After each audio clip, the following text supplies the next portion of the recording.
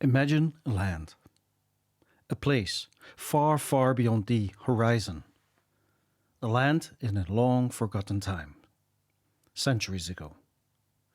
Tribes discover this land and start to roam its fields, its valleys, its mountains. The tribes settle in the land. Some focus on farming, breeding cattle, growing crops and fruits. Others specialize in hunting. Yet others spend their days fishing in the lakes and the rivers of the land. Life in the land is good. The land is fertile. It provides more than the tribes can consume. The tribes start to visit each other in order to trade the surplus goods they produced for goods they need. What is necessary to come to a deal? We human beings like to trade only with people we trust. Just remember how your parents would buy their goods from specific shops or from specific traders on the market. Likely, you do exactly the same. Trust is established through experience and through implicit and explicit agreements. This helps to make trade predictable. Buyers and sellers are averse to obscurity and unreliability.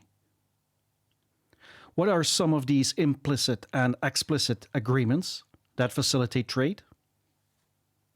First, a common understanding is needed about the goods or services being bought or sold. Agreement on quantities and qualities. It is required to have an agreement on weight and measures. How much of the goods I want to buy will I get in the trade? In ancient times, traders would use simple measurement systems to determine length and weight, such as hands and the length of elbows. The system of standardization has helped to define and fix the common understanding about weights, measures, as well as the qualities of goods and services. This has made trade a lot easier. Now, for some goods, the exact amount does not really matter. For example, if you buy a container of grain, it does not matter when there are 2 or 3 buckets more or less. However, when we consider the trade in gold or silver, every difference in ounces represents a lot of value. Trust in the amounts of goods can only be achieved when there are accurate weights and measures, as well as accurate measuring instruments. This is what we call metrology. The foundation for the international metrology system was laid down during the Napoleon Empire. All weights and measures in the empire were calibrated to systematic measures laid down in standards. When you go to the marketplace and the seller claims the product is of good quality and complies with the standard, do you believe it? Do you simply rely on your gut feeling? No, you would like to have the conformity with specific requirements to be demonstrated. This is what is meant with conformity assessment. There are different methods for demonstrating the conformity of products. For example, testing, certification, inspection, validation, and verification. Not only would you like the assessment to have been conducted, but you also would like to have documentation or a marking to prove the conformity assessment.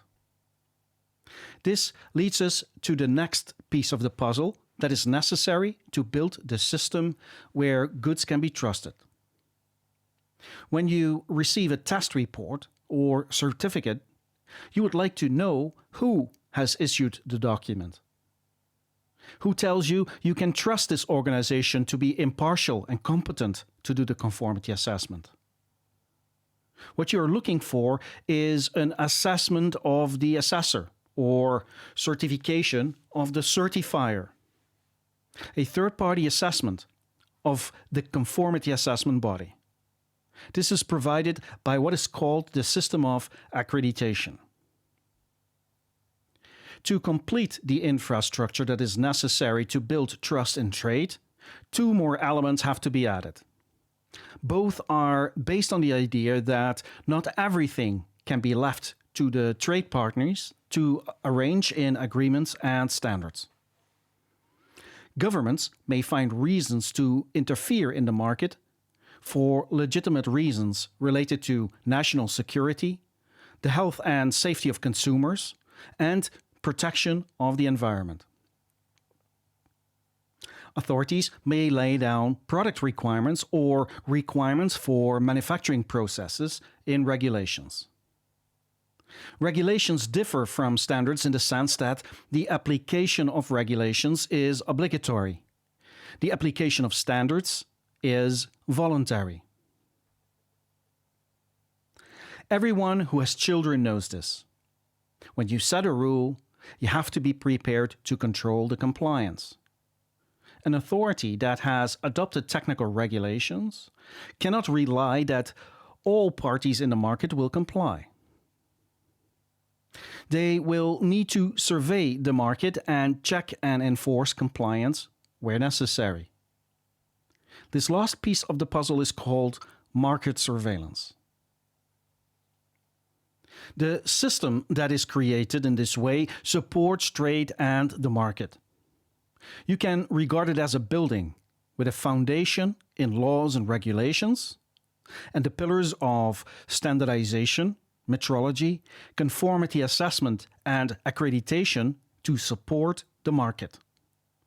This building is often referred to as the quality infrastructure. Nowadays, trade has become global. It means that in international trade, the same need for a quality infrastructure exists.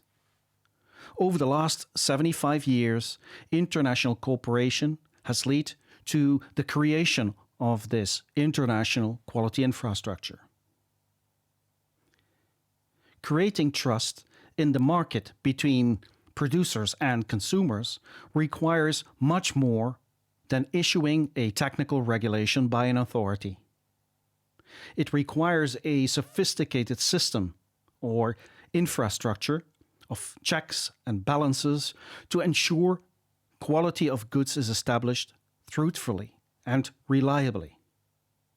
This applies equally to international trade. In fact, the export capacity of a country depends to a great extent on how well its national quality infrastructure is developed and how well it is embedded in the international quality infrastructure.